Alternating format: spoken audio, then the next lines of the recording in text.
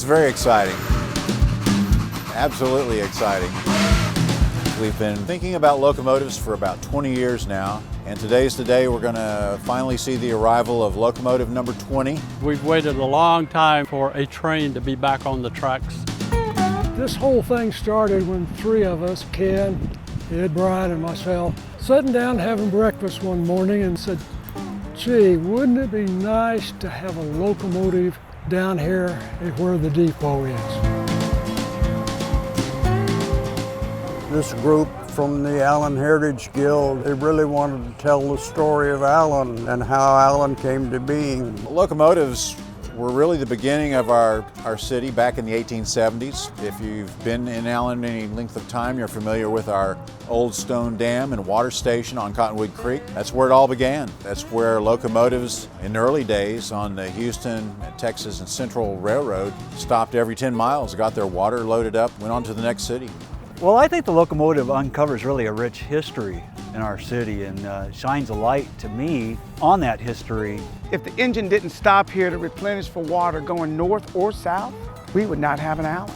There would be no stone dam. It represents our history. And I think when you look at the city, the railroad, the dam, and this locomotive really put Allen on the map. If it hadn't been a water stop along the train route, Allen would never have come to be. So I'm pretty excited to see it all come to fruition, and I'm also very grateful to all the people that have worked on it over the years. The city was able to finally be able to put forth the financial resources to make it happen in such short order. So I'm pretty excited to see the train here. You know, we've had the depot for years, and it's nice to finally have a train to go with it. The Allen Parks and Rec have done a great job in locating a steam engine, and as we can see, evidence it finally made it here. We all became locomotive experts, I think, to some degree.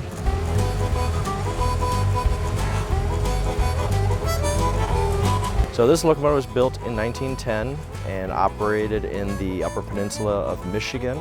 And we believe it was probably used to haul iron ore and other raw materials to the shipping on the Great Lakes. The locomotive has not operated since 1960. It has been in storage in Colorado since 2007. A lot of parts were either removed from it or missing, and so gathering up all the parts, putting them back on the locomotive and replicating the missing part.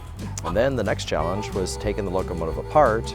Took it apart in such a way that it goes back together easily, and if someone someday wanted to restore it, no damage was done to the locomotive. We really want to see this display, the locomotive, tender and caboose, something that the younger generations will appreciate, learn about, and really come to respect the technology that was in place and available at the time that these big machines were designed and built. Allen history will be on display for future generations to learn about our great city.